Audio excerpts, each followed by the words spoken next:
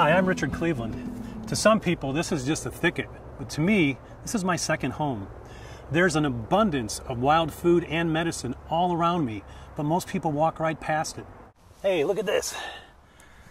What we have here is an oxeye daisy, but these leaves are edible and there's quite a bit of nutrition in them. It's a very interesting taste indeed.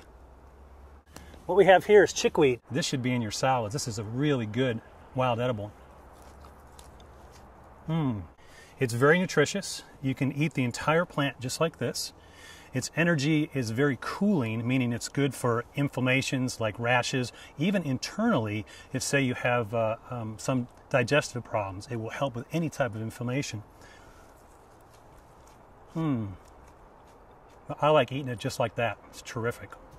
Right here we have some cleavers. And cleavers is a beautiful wild plant.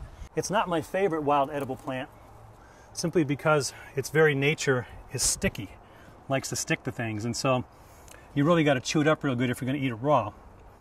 Medicinally speaking, this is rated or known as probably the most powerful lymphatic cleanser that we have. Drug companies know this very well. It can be eaten, and I actually kind of enjoy it. You just have to chew it up really well. Very juicy. Another good way to use this plant is to just take it and juice it in the morning along with your other smoothie type things. A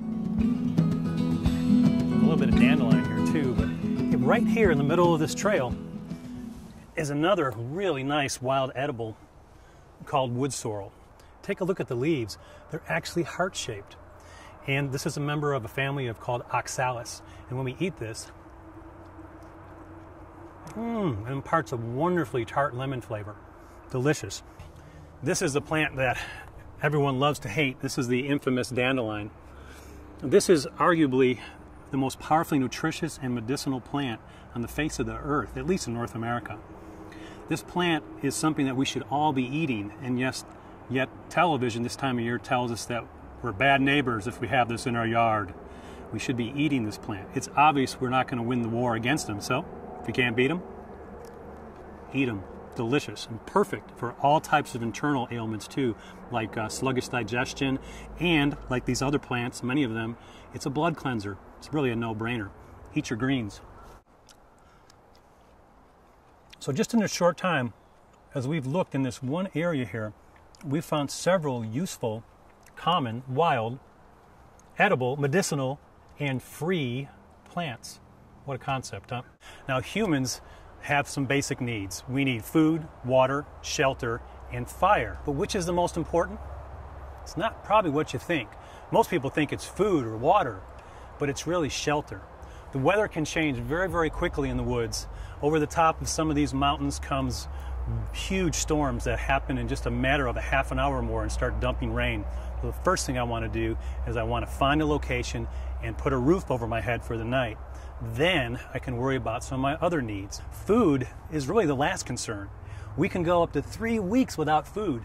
We can go 3 days without water, but we can only last for about 3 hours when we're soaking wet and our body starts shivering. We can go into a type of hypothermia, mild hypothermia, and that's when you get in trouble.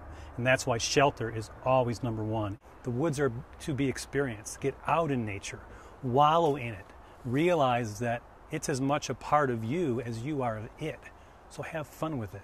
That's what survival to me is really about.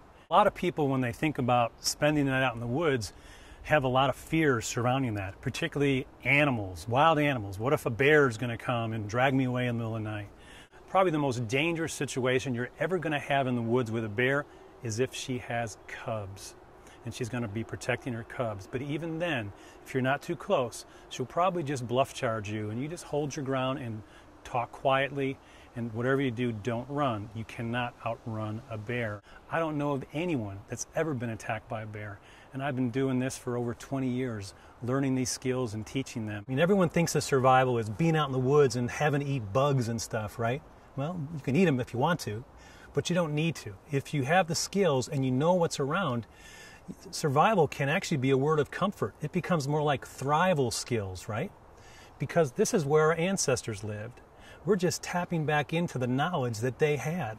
To me, survival is your birthright, and simply it teaches you how to take care of yourself. and not be dependent on other people. And I think that's a good thing.